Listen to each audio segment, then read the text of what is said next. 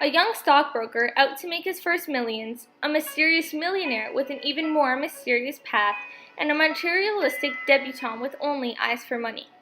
All this sets the scene for what can only be described as a tragic love story. F. Scott Fitzgerald once said, "Show me a hero and I'll write you a tragedy," as this is what he accomplished when writing the 1925 classic novel, The Great Gatsby.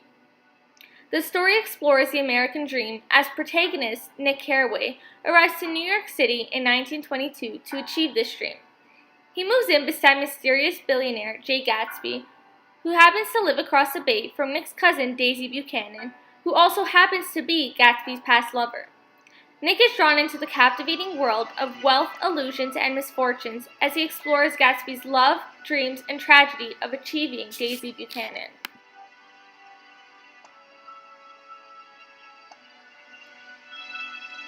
Australian director, screenwriter, and producer Baz Luhrmann produced a 2013 3D film adaptation of a modern-day tragedy, drama, and romance based on F. Scott Fitzgerald's novel, The Great Gatsby. Luhrmann, being a creative and polarizing director, uses the novel as the basis of his intriguing storyline as he brings to life using 21st century imagery to enhance the classic story. Luhrmann's adaptation of The Great Gatsby is true to text, except when he takes Fitzgerald's thoughts and chooses to portray them in a way that today's audience can relate to.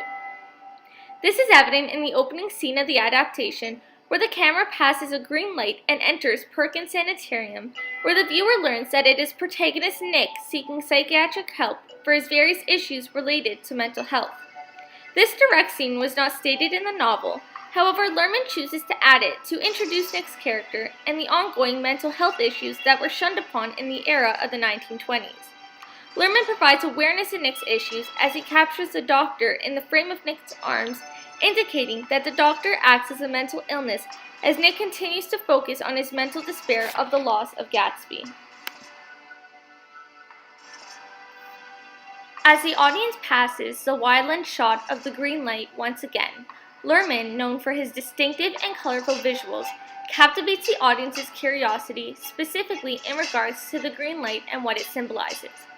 The producer attempts to portray old New York in the Roaring Twenties, where being of Australian descent, Baz Luhrmann decides to incorporate his home landmarks in Australia and his national pride in filming here, as he feels it best portrays the setting of Long Island and old New York. Taking place in these two settings, the audience discovers East Egg, West Egg, and the Valley of Ashes, which each portray class divisions of the era. East Egg is made of old money, where Daisy and Tom Buchanan live, while West Egg is made of new money, where Gatsby and Nick live. The Valley of Ashes is midway between East Egg and New York City, where it is full of gray, ash, and underprivileged working-class proletariats such as Myrtle and George Wilson, indicating that they are the makings of production for the upper class of the bourgeoisie, such as the Buchanans, Nick, and Gatsby. Jay Gatsby, previously stated as a mysterious young millionaire, throws large extravagant parties where Luhrmann's fast camera work, sharp angles, clear imagery, and strong musical influences of modern music, including Jay-Z, Kanye West, Beyonce, and will.i.am, portray Gatsby's house as an amusement park. Gatsby, wearing a persona of arrogance and wealth, keeps in the shadows of his parties as his presence is only based on myth and reputation rather than actuality that not even Nick Carraway can see through just yet. I'm the only one. I still haven't met Mr. Gatsby. No one's met him. They say he's third cousin to the Kaiser and second cousin to the devil. I'm afraid I haven't been a very good host, old sport. You see, I'm Gatsby.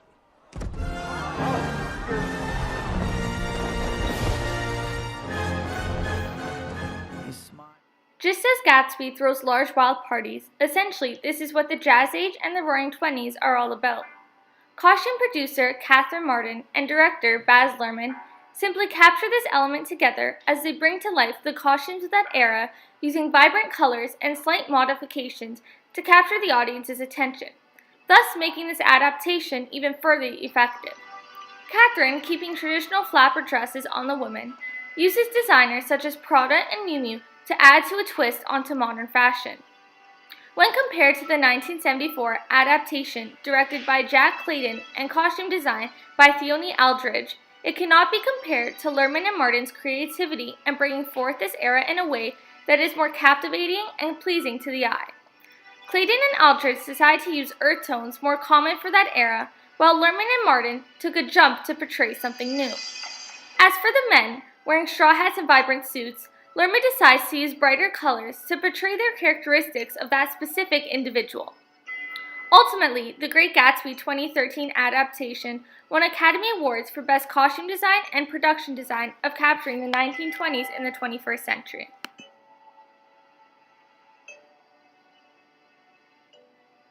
As relevant as the colors are to the characters must also embody who they portray in Fitzgerald's version of the text. In my opinion, Baz Luhrmann's casting of the characters is so captivating that picturing these roles being played by any other actors is unimaginable. Luhrmann cast top A-listers for these roles where they are also extremely similar to their characters, which is one of Baz's techniques. Beginning with Jay Gatsby, being played by Leonardo DiCaprio, Baz feels that they are both very iconic gentlemen for their time period with the same American dream.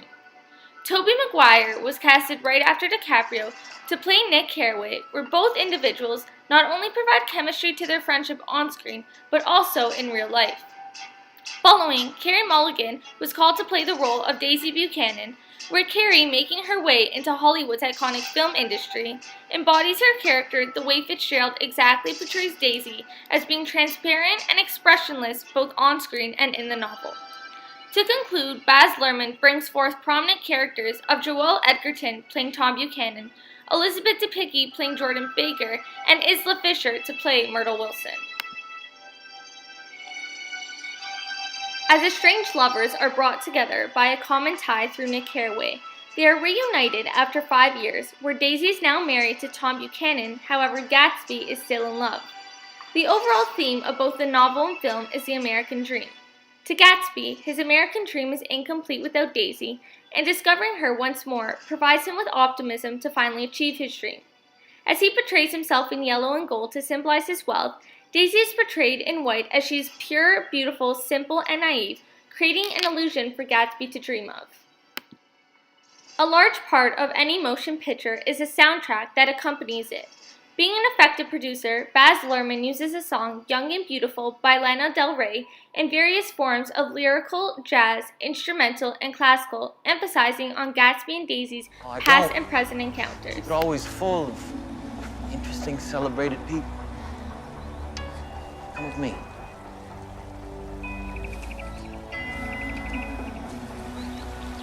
Our house looks well, doesn't it? See the way the whole front catches the light like that? That's splendid. Careful for the snake charmer, Mr. McClanahan. Is all this made entirely from your own imagination? No. See, you were there all along. By far the most popular girl with the officers from Camp Taylor. Hello, Jordan. One of them was in the car with her. It was Gatsby. And the way he looked at her is the way all girls want to be looked at.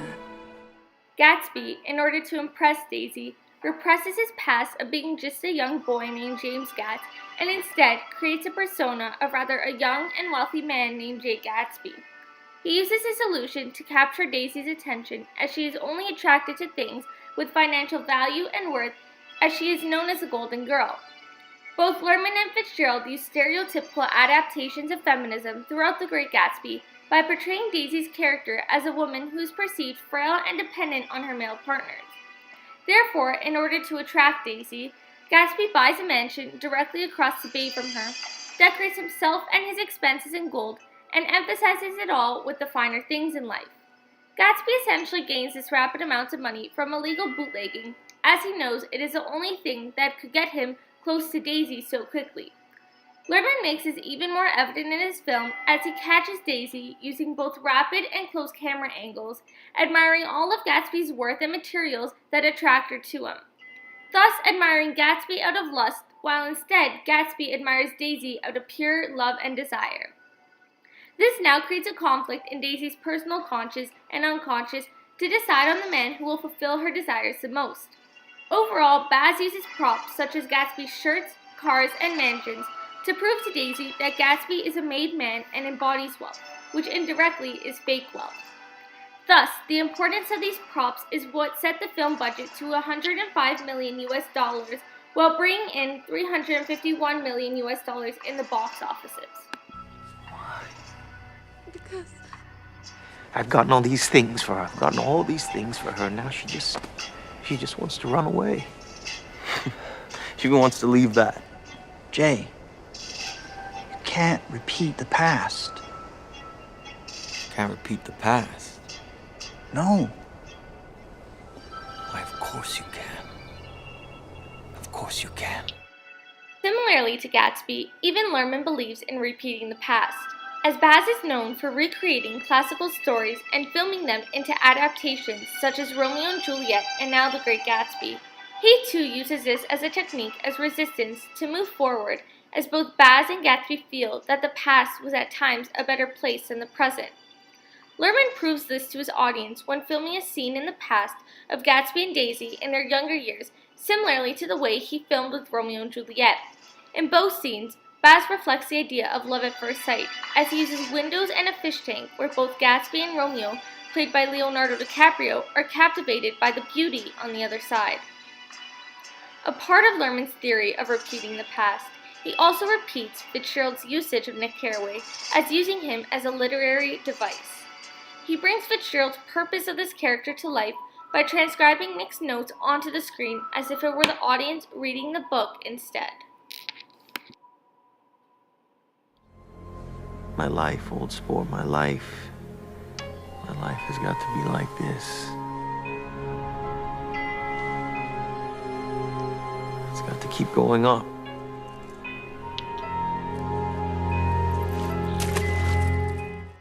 All filmmakers must balance their story, their style, and their ambition, as Baz Luhrmann achieves this in full effect of his 2013 3D film adaptation of The Great Gatsby.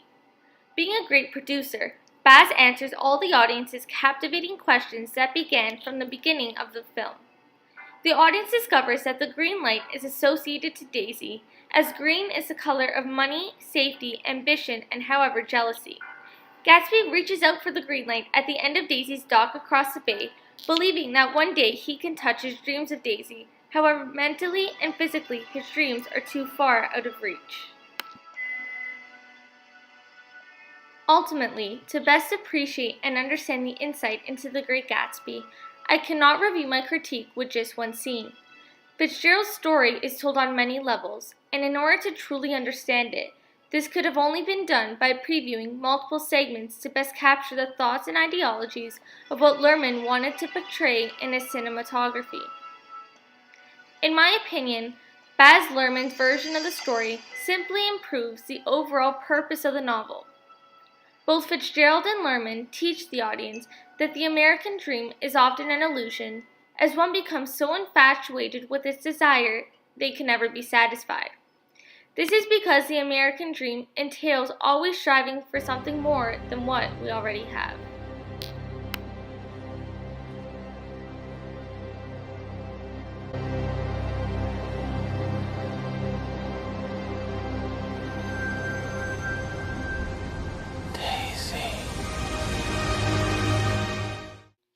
All of us, especially heroes, only live in hopes of propelling themselves forward, fulfilling their dreams, and living for every moment. But as Fitzgerald points out and Luhrmann brings to life, not all of us project ourselves forward, and not every hero remains a hero. I just need to give her more time, old sport. More time.